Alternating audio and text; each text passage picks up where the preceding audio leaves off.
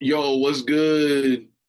Actually, I was coming up with a name for our fans or like supporters. Mm, Ethereans? How about that? I like Ethereans. But yeah, what's up you guys? Sorry, that just popped in my mind. But hope you guys been well. I had to take a little hiatus. But I think it was really worth it. So now we're back. Um also it's been really hot still, so I hope you guys are being hydrated. How you been doing, ma'am? Ma'am, sir, ma'am. I'm good. Just hanging out. Excited for today's episode. Excited to get our celestial check-in going after this. That everyone's gonna see, obviously, way before they see this episode, but at least they'll be able to check into the next one. So hopefully you guys like that. But other than that, chilling like a villain. How are you? Nice. I'm good. Just came back from a show last night, rocked out. It was fun. But so today's episode is called Charts the Cards, Houses Decoded. Because a lot of people be coming up to me and be like, "Oh, can I get a reading?" But I do a certain type of reading. I do like natal readings combining with the tarot. So I do the houses mainly because it's really pinpointing on your current situation. So I think this episode was cool or is cool to actually break all that down. And there's another thing I'm gonna break down too, but I'll do that accordingly. So first, there's 12 houses. What are houses? Houses are the different areas of your life, starting the inner all the way to the out in the cosmos or the ethers, if you want to say, how each of those layers affect you, especially a part of your life, right? And I'm gonna break that down. Also, house lords. House lords are the planetary bodies that govern each house. Like, for example, the first house I'm about to break down. If your first house, which is also your rising sign, is a Capricorn, for example, your first house lord is Saturn. Now you can have um different house lords, right? That have the same planet. Like let's say you got Capricorn in the first house, but you got Aquarius in the sixth. Those two house lords is both Saturn. It's just Saturn traveling in those different areas of life. Um, so that's out the way. But let's get down to the houses, right? So the first house is basically it's usually governed by Aries or Mars, if you want to put it in that perspective. It's basically you, like your desires, your stuff like that, your personality, what makes up your aura and stuff like that. The second house is usually the Taurus house, but it's usually like whatever your um sign or planet is in that house. But usually it's the value, the things that you hold value, whether it's tangible or intangible. It could be anything that has meaning for you, even characteristics or values, morals, all that. So the third house is how you communicate with people, even within yourself. That's an air house. Also, houses have elements.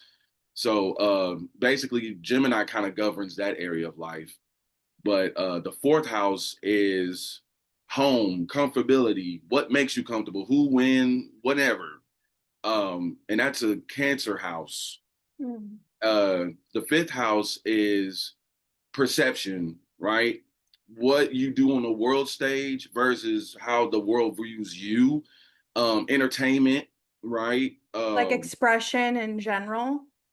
Yeah, to an extent, since it's already a firehouse, but it's expression towards others. Because the first house, which would be like kind of an Aries house, is self-expression.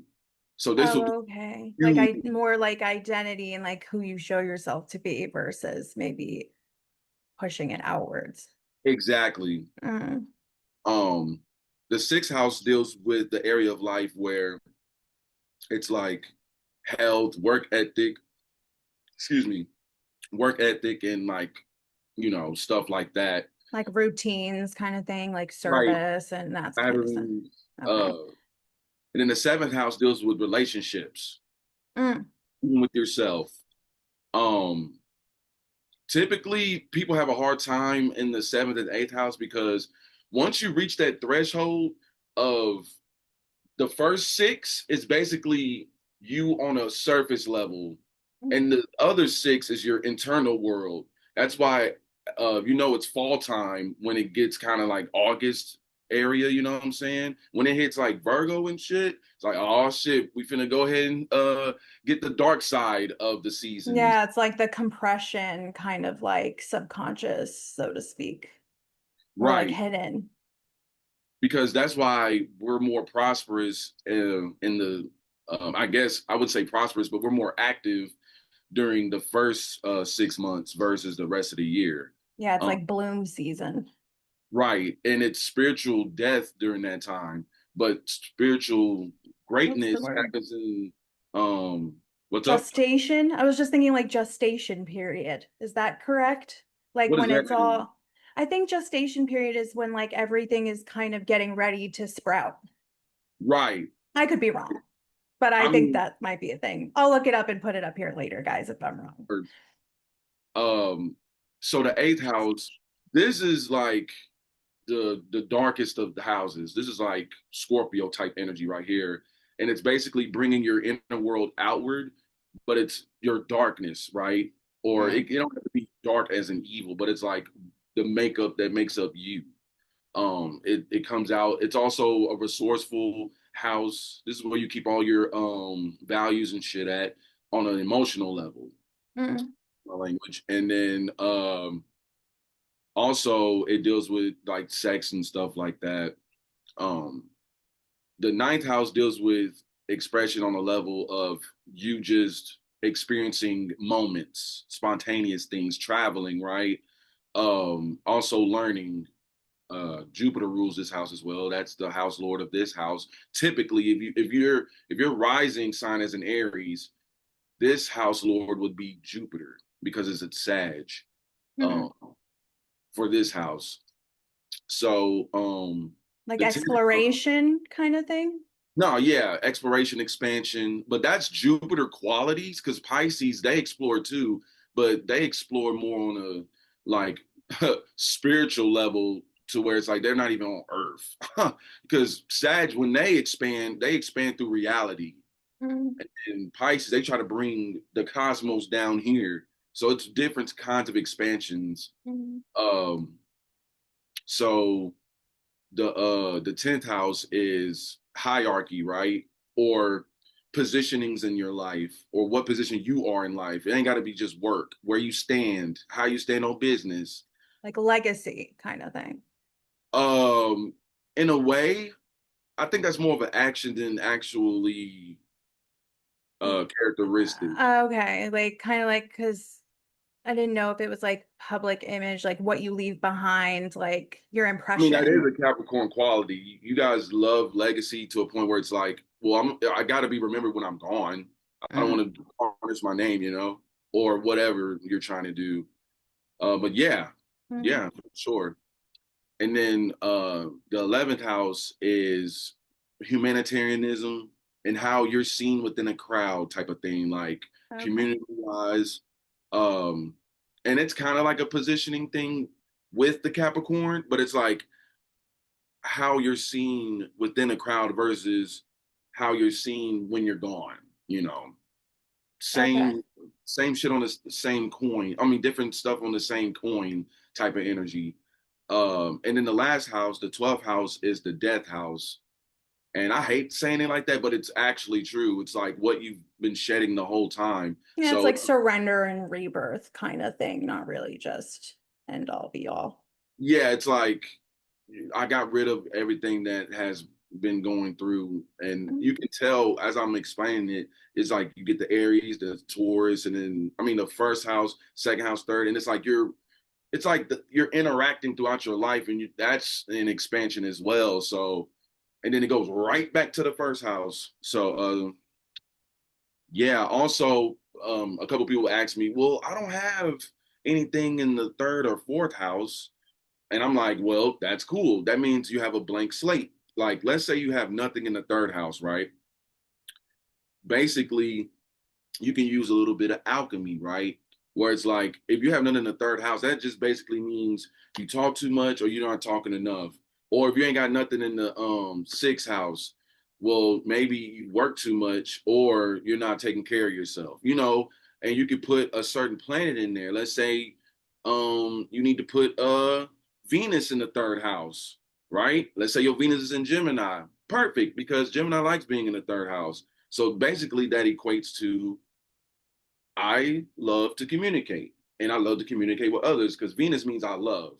So if you have nothing in certain houses, it's usually a lack of, right? So you can put anything in there that needs to help in that area of life.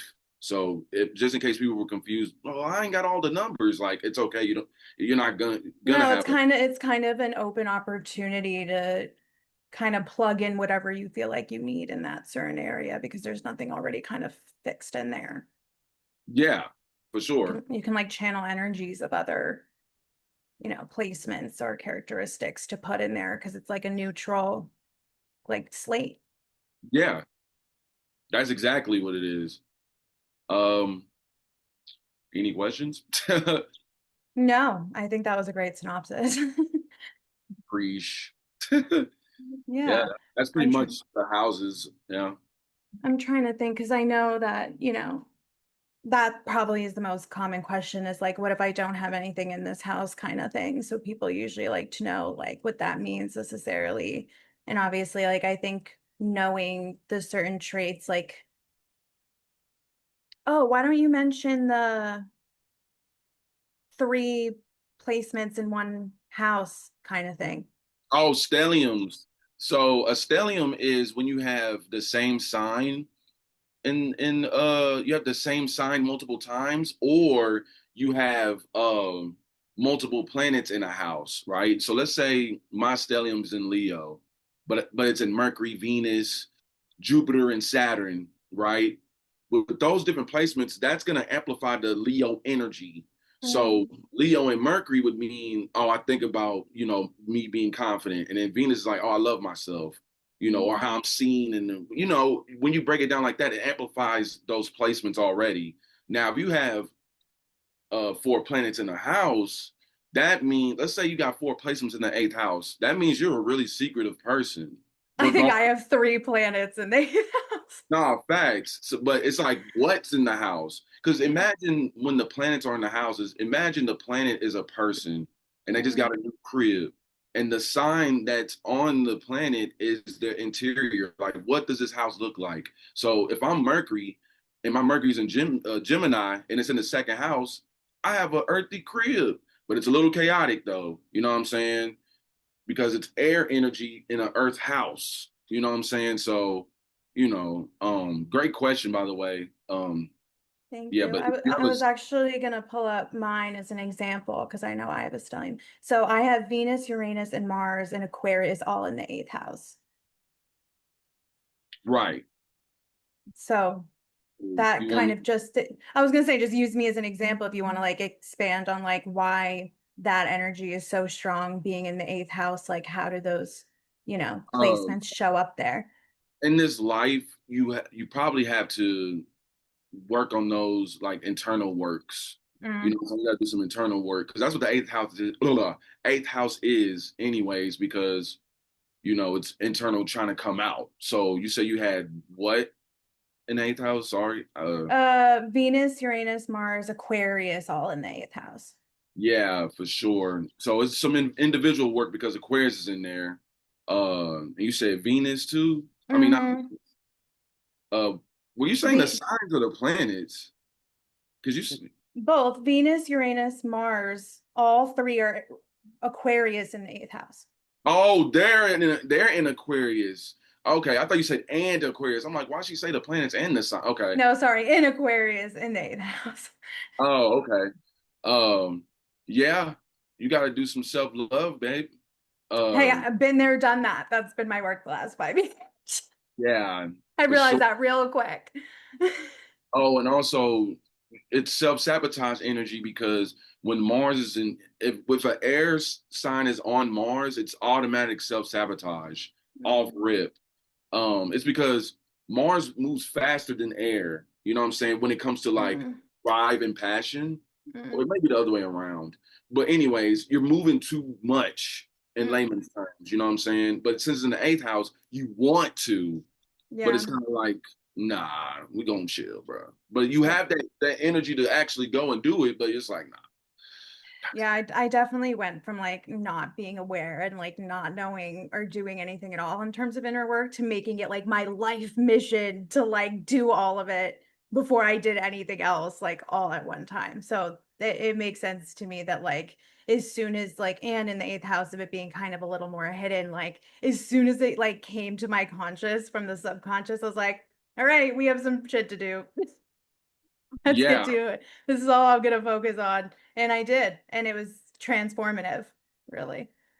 and the So, cool part is, it's like that's why I don't read horoscopes at all. mm, But it's kind of like you could use that same method, like by you doing that work anyways, and then you actually look at your chart years later, it's like, damn, that actually makes sense when someone breaks it down like that. mhm. And if I didn't know you and I did your reading and I will tell you these things, then it's like, oh damn, how did he know that? It's just like one of those things where in real time, you Yeah. know, it's like, wow, that's accurate as shit. So I think it's helpful to know. It's like I obviously like didn't know that that was kind of part of my makeup, so to yeah, speak. And I think that like, but if you're at a point in your life where you're like, I know I like have this inside bubbling, like I have to, you know, work in this area or do things in this area, whatever it is, like I think that understanding these placements and what houses they're in can help clarify where your focus should be going forward on yourself or like how you're showing up in relationships with other people. Like it's a great tool for self-reflection. If you feel like you don't know where to start, something like this I think is very cool to do if you feel like stuck in a certain area and you don't know why. Understanding this might help inspire you to look at a certain area in your life maybe and how you're showing up for it. So thank you very much, Mr. Dr. Banks, coming in with all the astrology tea that we possibly need. And yeah, I think I think slowly but surely it's starting to sink in my little brain. So I remember these things, but I was like, what can I bring to this episode? Because I don't really know a lot of this stuff, right? And I was like, I know that there's a lot of parallels between tarot and astrology. And I was like, I knew that a lot of the tarot cards, you know, the major arcana archetypes, a lot of them do sync with the birth chart and the houses. But I was like, when we did the big six episode, and I don't even remember what other episode, and I've kind of like gone through cards before, I've done a lot of the major ones. So I kind of wanted to take the opportunity to teach some of the lessons and communications around some of the minor arcana. So I'm focusing solely on that today. So I'm going to start with the first house and go through the 12. Me and my over ambitiousness, I couldn't just pick one card for each house. I had to pick two. So bear with me. I'm going to try to make it speedy. But the first house being kind of like self, identity, persona. Um, I chose the Knight of Wands and the Seven of Wands. Okay. okay, So the Knight of Wands is going out into the world and like showing who you are and kind of just being very bold, very action oriented, very charismatic, right? Just like, here I am, bitch type energy. Like, I'm coming, guns a-blazing. So I felt like that was very representative of putting yourself out there. And kind of on the flip side of that, I felt like the Seven of Wands, which is more so like self-defense and boundaries and standing up for yourself and like having confidence under pressure, like I know who I am and you can't tell me, you know, otherwise. I felt like we're very representative of the first house. So that's those first two. The second house, which, you know, you kind of said also kind of has to do with values, like self-worth. I also feel like it has to do a little bit with like stability and money, maybe a little bit from like my previous understanding, but I didn't want to take it money like too literally, obviously. So I did the Nine of Pentacles and the Five of Pentacles, which I think are both pretty significant. The Nine of Pentacles is self-sufficiency, you know, comfort in your skin. She's like bitch, I know I'm like abundant as fuck type shit. It's very independent. On the flip side, the Five of Pentacles is kind of like scarcity, self-worth wounds, like feeling left out in the cold, right? Like head looking down, not feeling like anything's working out for you. But if you looked up, you'd see that there's more than meets the eye, maybe, and that you're probably blessed more than you think you are. So I felt like in terms of value and self-worth, like what you have, what you feel like you have, this kind of shows the polarity of them, especially with like the nine, because the Ten of Pentacles usually is more like family kind of thing, like abundance for all, but there's an independence with the Nine of Pentacles that I felt like was more so like self. So I wanted to do that.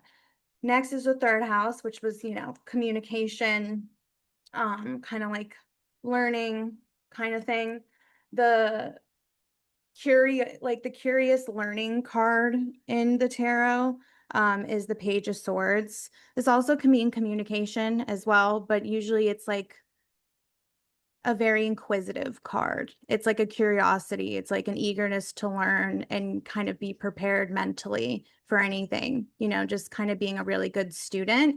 And then the Three of Pentacles is kind of just working together with other people. Teamwork makes the dream work, collaboration, building upon, ideas with other people and knowing how to balance your ideas with someone else's. Because a lot of the time, like, our ego can get in the way with that. And someone could be like, I'm right, you're wrong, shut up. But actually, there's a good lesson in learning that, like, you can learn from other people as well.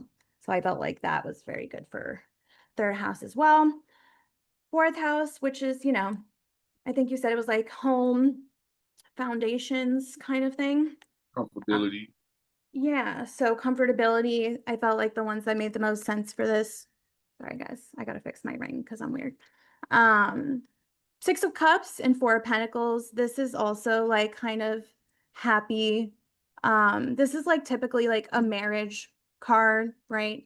In Judaism, this is called like a chuppah, which you get married under. I don't know why in here it's like that, but it's just like it doesn't have to necessarily be marriage. It's usually union. This is also like the twin flame card. It just means like strong foundation and pillars.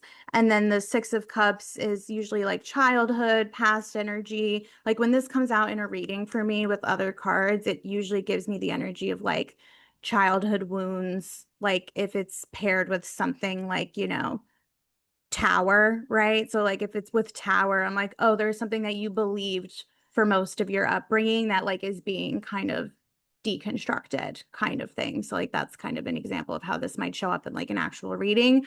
But this is definitely familiarity, nostalgia, childhood, just really the past card in general. Kind of giving love from that place of missing a little bit as well. So I felt like those were kind of applicable. What am I on? Fifth house? That's I have it as like expression, pleasure, romance, creativity, refresh me. Yeah, Um, that's correct. roughly, okay. So I have the Three of Cups and the Page of Cups.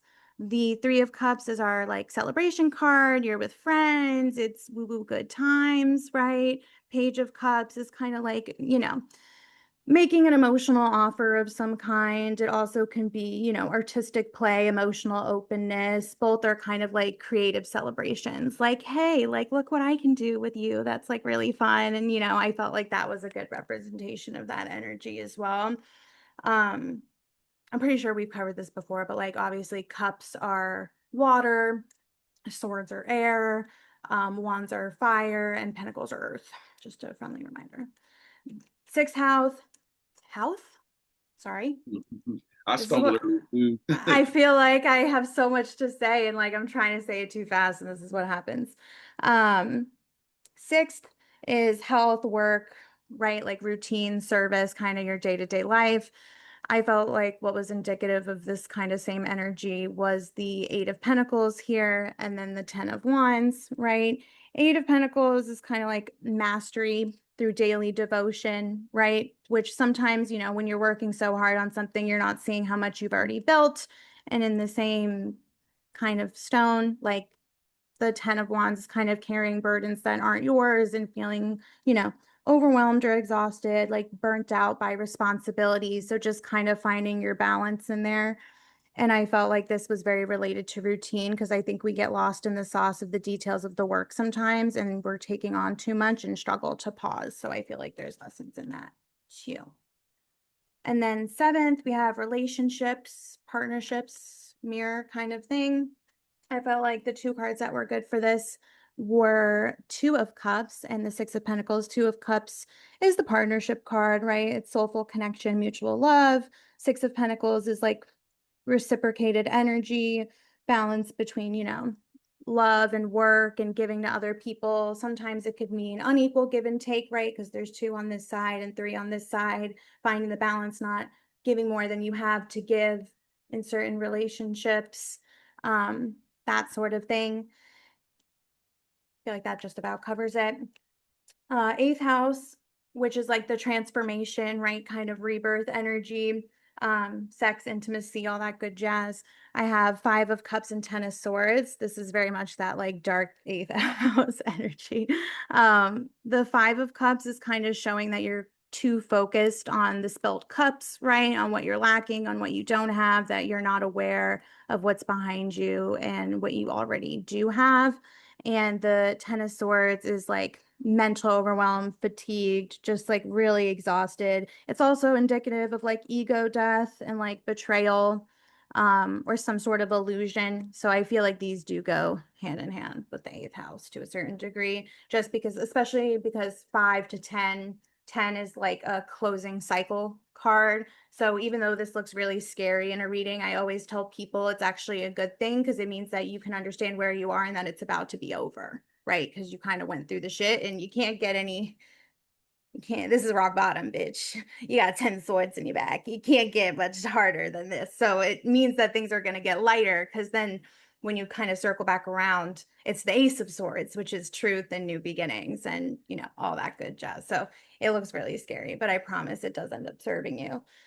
And then we got the ninth house, which is that exploration, expansion energy. So I pulled the Three of Wands here and the Page of Wands. The Three of Wands is also like visionary outlook, journey forward. It's like you know where you want to go. It's just like taking those first steps. The Page of Wands is kind of similar to the Page of Swords, but it's more of a spiritual curiosity and wanting to explore.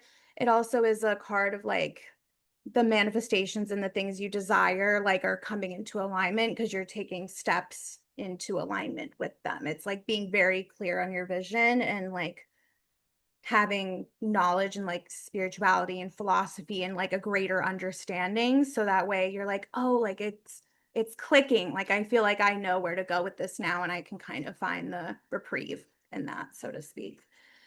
And then we got the 10th house, right? That's career, kind of like public life, you said, kind of legacy, but not really. What I pulled for that was this is the only king and or queen I have here today, but I chose the King of Pentacles for this because the King of Pentacles is leadership, business mastery, right? This gives very Capricorn, like how I want to be perceived type shit, like know who the fuck I am and sit down type of thing. And the Six of Wands is a card of just victory, right? Writing off recognition, authority, success. Both of them are like, you wish you could be where I am, but because you're sitting in this energy of like uncertainty, it's like you're not very confident. So it's like this being in the 10th house and persona in that way of like how you want other people to view you and your stability. I felt like these cards were very representative. 11th house, collective vision, right? Kind of like refresh me because I don't feel like mine's Um, complete. you said the word collective. Yeah, just kind of like community. Um, this is the only major I have in here. Okay, this is the star. I have to put hearts because otherwise it's a little dirty. Even though I love titties, but I don't like to put it on the internet like that. So I have to put hearts over some of these. Um, And then I also have the Nine of Cups. The Nine of Cups is wish fulfillment and like dream alignment. The star is also like, a greater vision and wish fulfillment, idealism. I felt like hopes and dreams of how you want to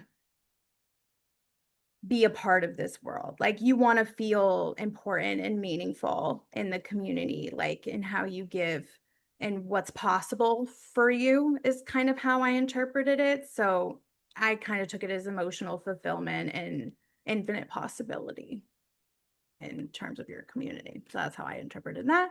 And last but certainly not least, we have the 12th house, which, unconscious, surrender, spirituality, kind of also a rebirth kind of situation.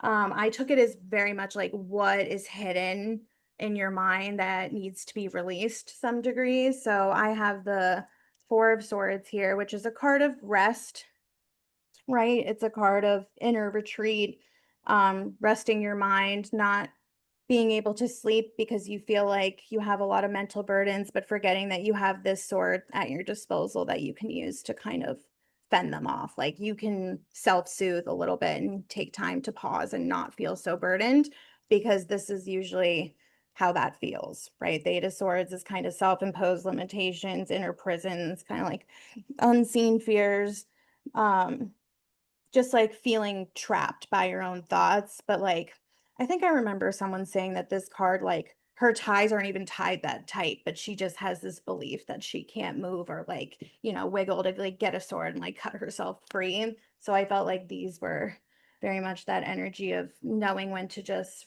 relax and give it up, and you're not as burdened as maybe you think you are, and you can kind of free yourself and heal and start all over again if you so choose. But yeah, that's kind of my breakdown and interpretation of the houses. And That uh, was fine. thank you. And what I thought, the tarot representation was, because I knew if I ever was going to do a tarot 101 video, it would take forever to go through all 78 cards. So I'm glad I'm kind of doing it here and there in pieces because it's a little more digestible. But we really hope you guys liked this episode. This was very much a like informational dump, but I had fun. Did you have fun, I babe? always have fun when I do this. Heck Yeah, yeah. definitely lots to learn. I always feel like I forget to like take my notebook here and like write things down when you're teaching me things. But good thing about the internet, it's going to be up and I can watch it whatever I want, and you guys can too. So don't forget to tune into our last episode, which was energy leaks and chakra tweaks. If you didn't see it already, I'm gonna put it up there in the corner. And go check out our celestial check-in from last time, and then the one coming up. Subscribe, like, do all the good things that we appreciate you guys doing. We love you so much. Any last words for you till next Nope, we gone. time? Bye.